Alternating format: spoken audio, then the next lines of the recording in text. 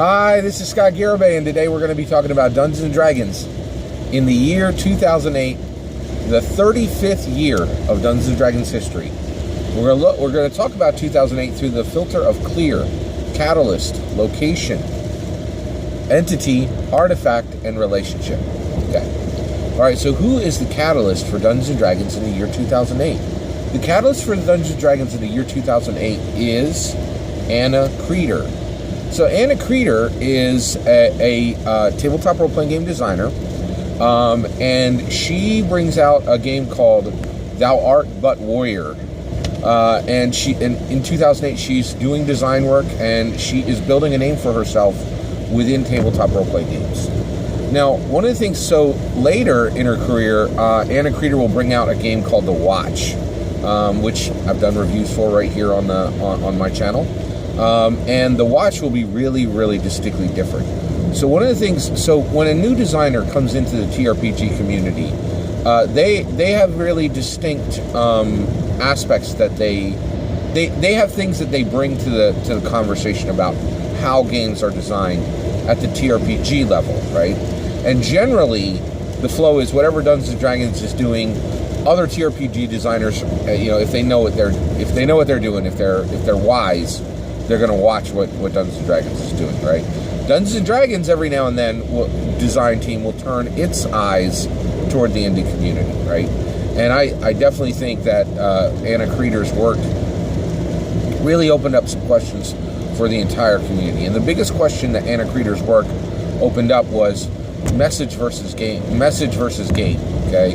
So when an artist is creating a game, they are going to have the game itself, right? The game that they're creating. And specifically, I think the most important game Anna Creeder ever created was The Watch, right? It has something to say, and it carries this huge message, right? So what Anna Creeder, the question that she brought to the TRPG community through her design was message or game, right? With Dungeons & Dragons, it's answered this question, right? It is game content, and I would say at 75%, and message at 25%, right?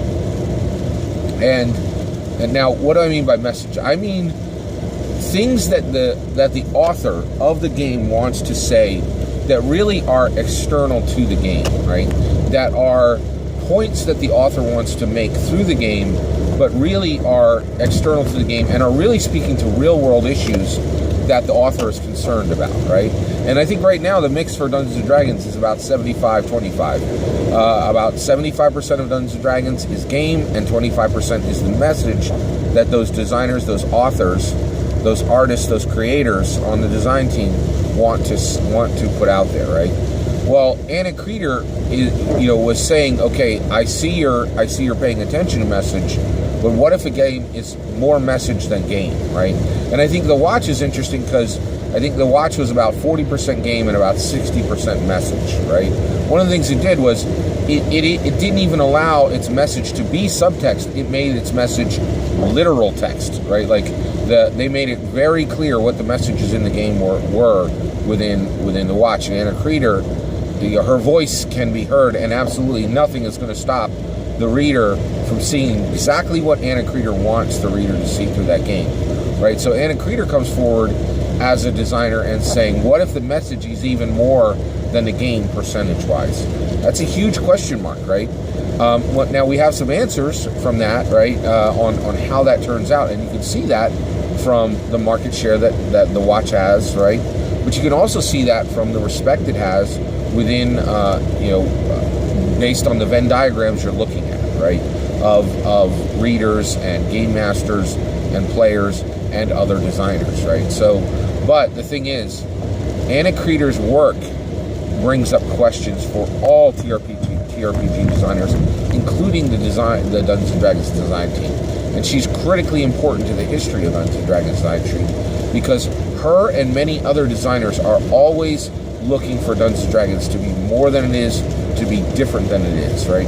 And that conversation is always being had, and that conversation is always there as far as additions, okay?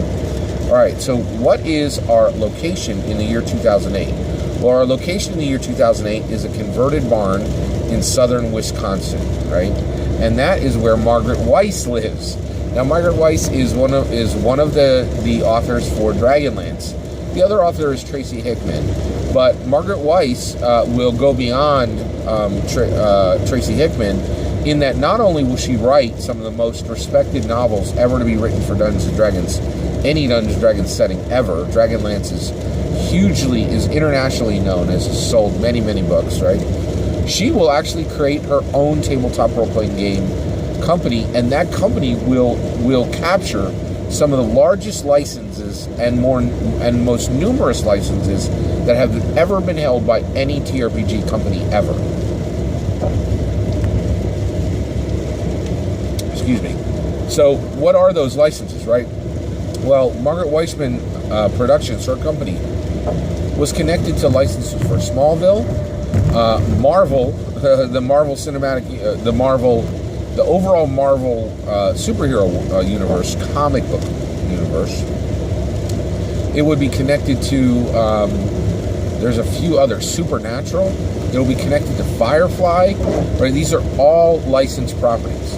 Now, the reality is, at this point, Margaret Weis's company has folded and actually is no longer existent.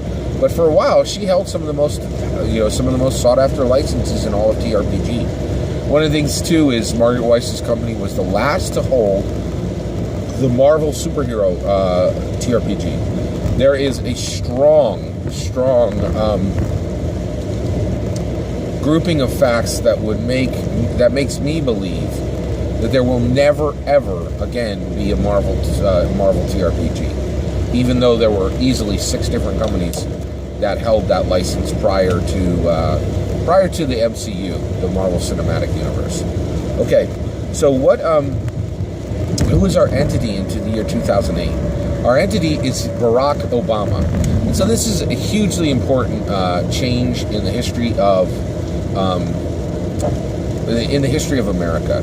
And so Barack Obama, the reason why he becomes president of the United States in America, and he becomes the first black president, right? And that is historical, and it's a huge change, right? So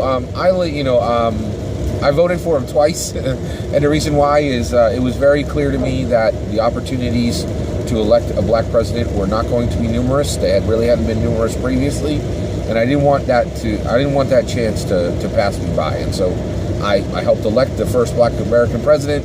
This changed America fundamentally, right? In that, many minority mothers and fathers would tell their kids, someday you could be president.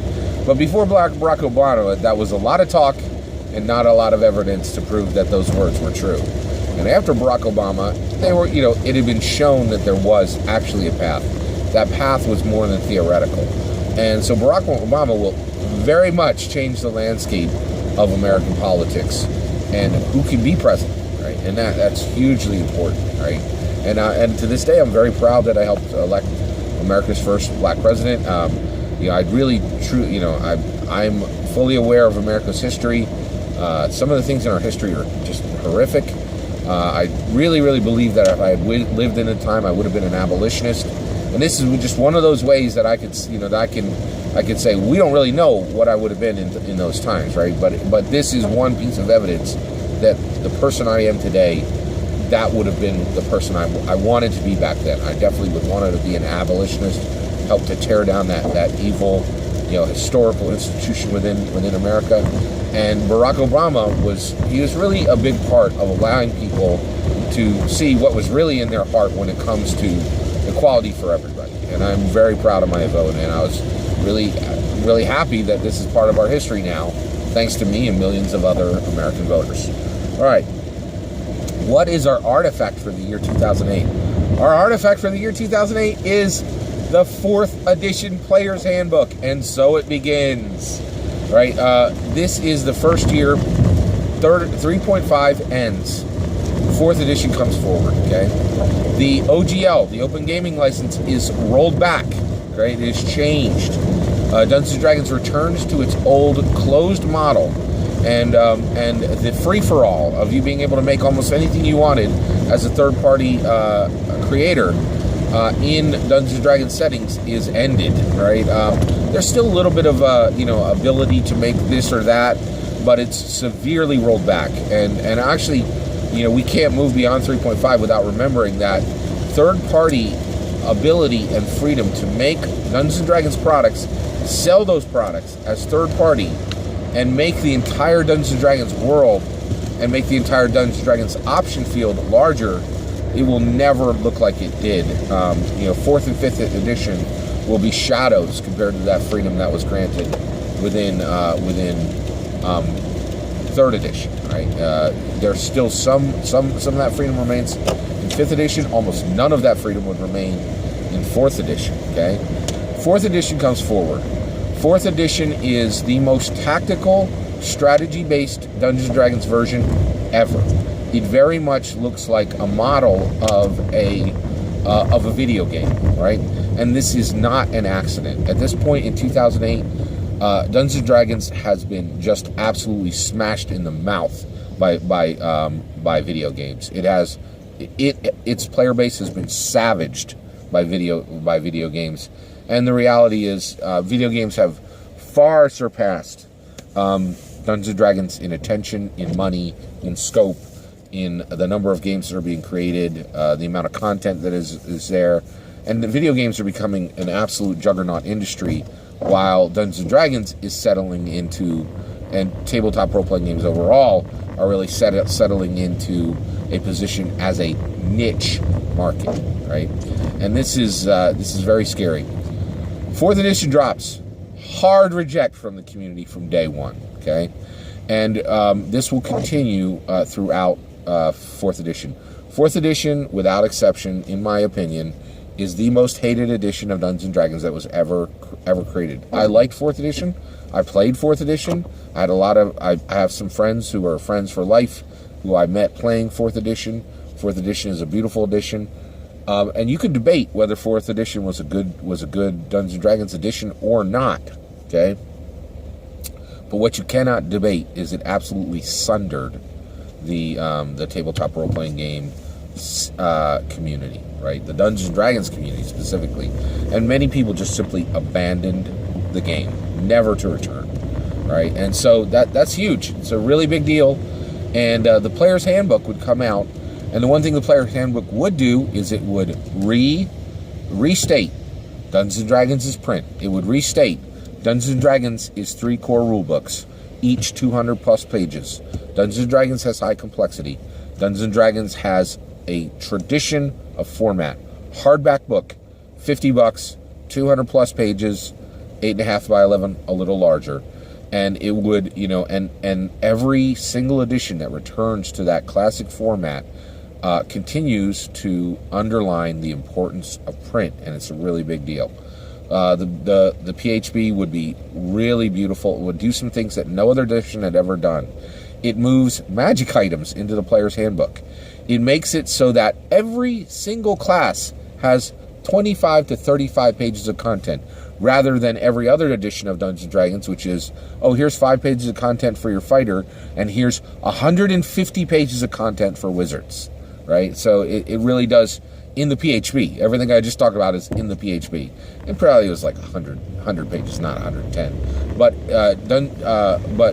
4th edition will be one of the first editions to ever really say, let's make the classes equal in the amount of content they actually have. That was mind-blowing in 4th edition. 4th edition was truly a beautiful edition. Without a doubt, half the community, hard reject on 4th edition. And 4th edition would be an absolute harbinger of bad times to come for a period for Dungeons & Dragons. And I'll tell you right now, 4th edition was so bad that there were times where people were like, is there going to be a 5th edition?